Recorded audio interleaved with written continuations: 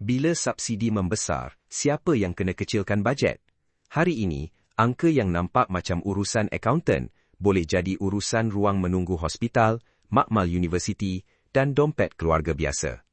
Menurut laporan New Straits Times pada 29 April 2026, Kementerian Keuangan mencadangkan pengurangan perbelanjaan operasi sebanyak kira-kira RM5.45 bilion untuk sektor kesihatan dan pendidikan tinggi. Pecahannya besar, sekitar RM3.06 bilion untuk Kementerian Kesihatan dan RM2.39 bilion untuk pendidikan tinggi. Kenapa sekarang? Kerana kerajaan sedang cuba cari ruang fiskal.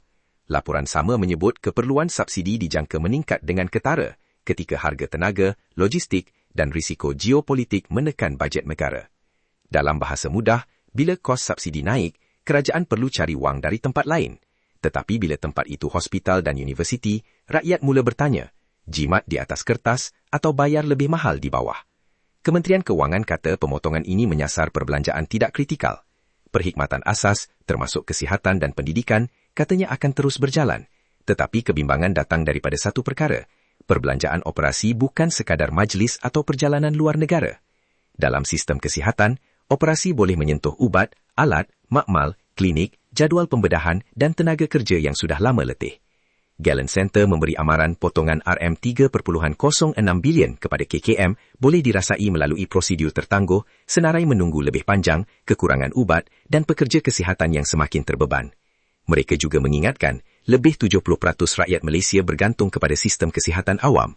Maksudnya, ini bukan isu orang miskin sahaja. Ini isu ibu bapa yang tunggu pakar, pesakit kronik yang perlukan ubat, anak muda di universiti awam yang berharap yuran kekal mampu bayar. Untuk pendidikan tinggi pula, soalannya sama. Kalau bajet operasi dikecilkan, adakah kampus, penyelidikan dan sokongan pelajar kekal terjaga? Inilah dilema sebenar.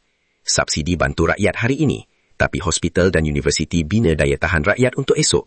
Kalau kerajaan perlu berjimat, rakyat berhak tahu 3 perkara.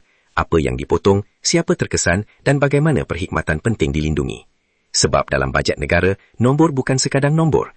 Kadang-kadang nombor itu jadi masa menunggu di hospital, jadi kelas yang kurang dana, jadi keluarga yang terpaksa pilih antara rawatan, tambang dan makan. Follow untuk ringkasan ekonomi Malaysia.